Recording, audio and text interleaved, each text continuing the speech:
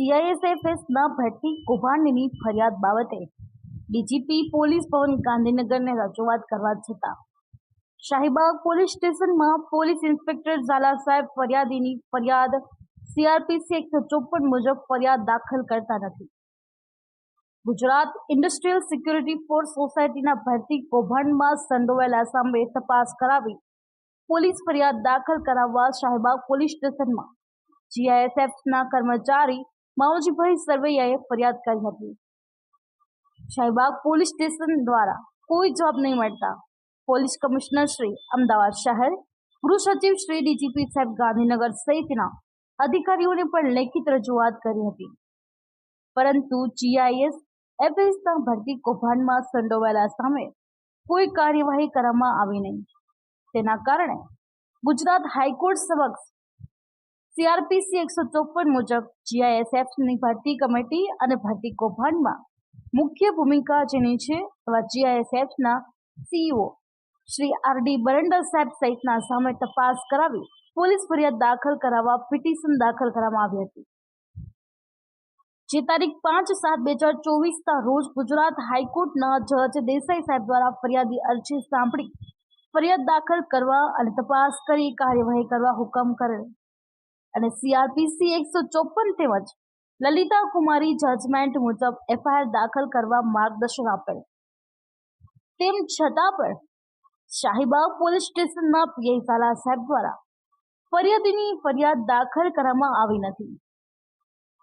જીઆઈએસએફના સીઈઓએ 100થી વધારે જીઆઈએસએફના ગાર્ડને સસ્પેન્ડ કર્યા છે, જેઓ હોમગાર્ડના બનાવટી પ્રમાણપત્રોથી ગેરકાયદેસર ભરતી થયા હતા. એનો મતલબ છે કે ગુનો બન્યો છે. એટલે માહિતી અધિકાર અધિનિયમ 2005 મુજબ માહિતી માંગી પુરાવાઓ સાથે લેખિત ફરિયાદ કરી હતી, પણ પોલીસ દ્વારા ફરિયાદ દાખલ કરવામાં નહીં આવતા નામદાર ગુજરાત હાઈકોર્ટમાં 8 મહિના કાનૂની લડત કરી હતી. ગુજરાત હાઈકોર્ટના જજમેન્ટમાં સ્પષ્ટ માર્ગદર્શન આપ્યું છે કે લલિતા કુમારી જજમેન્ટ મુજબ કાર્યવાહી કરવી. આવો સ્પષ્ટ આદેશ હોવા છતાં અને ડીજીપી સાહેબના વર્ષ 2013માં લલિતા કુમારીના જજમેન્ટના આધારે પરિપત્ર જાહેર કરેલ, જેમાં પણ સ્પષ્ટ જોગવાઈ છે કે કોઈ પણ તપાસ કર્યા વગર ફરિયાદીની ફરિયાદ દાખલ કરવામાં આવે.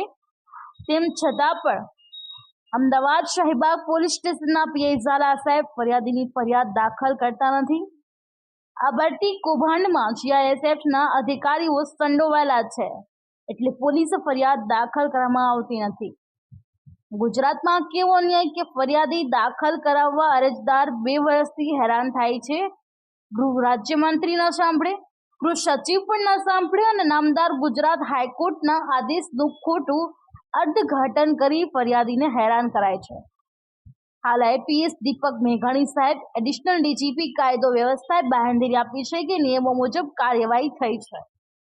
Gujarat industrial security force society એ ગુજરાત સરકાર પ્રસ્થાપિત સંસ્થા છે. તેના ચેરમેન ગૃહ સચિવશ્રી છે અને ગવર્નિંગ બોડીના સભ્યો આઈએસ અને આઈપીએસ અધિકારીશ્રીઓ છે. ભરતીના નિયમો ભંગ કરી ગેરકાયદેસર ભરતી કરવામાં આવી છે.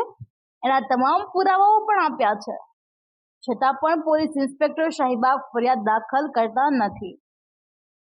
બ્યુરો રિપોર્ટ વિપુલ બલિયા, જીએ ન્યૂઝ, ગુજરાત. મારું નામ માવજીભાઈ સરવૈયા, હું જીએસએફમાં નોકરી કરું છું. હાલ અંબાજી ખાતે નોકરી કરું છું જીએસએફમાં સિક્યુરિટી ગાર્ડ તરીકે.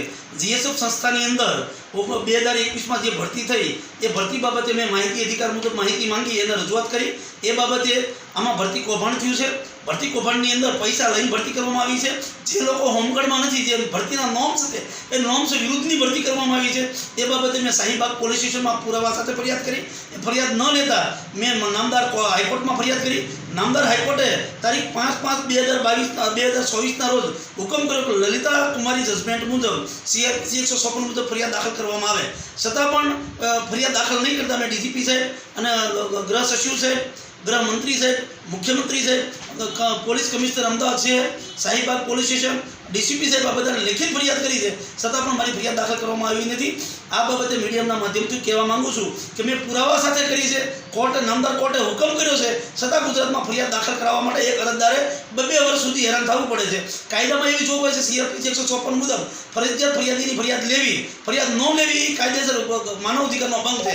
છતાં મારી ફરિયાદ લેવામાં આવતી નથી. પણ GSFના બહુ મોટું ભરતી કૌભાંડ થયું છે. આ ભરતી કૌભાંડમાં તાત્કાલિક ACBમાં ફરિયાદ દાખલ કરવામાં આવે અને જે લોકો ગુનેગારો જે છે એની સામે કાર્યવાહી કરવામાં આવે. એટલે આ મીડિયાના માધ્યમથી તમારી શું માંગ? મારી માંગણી એવી છે કે મેં જે શાહીબાગ પોલીસ સ્ટેશનમાં ફરિયાદ કરી છે અને કોર્ટે હુકમ આપ્યો છે એ તાત્કાલિક ફરિયાદ દાખલ કરવામાં આવે એવી મારી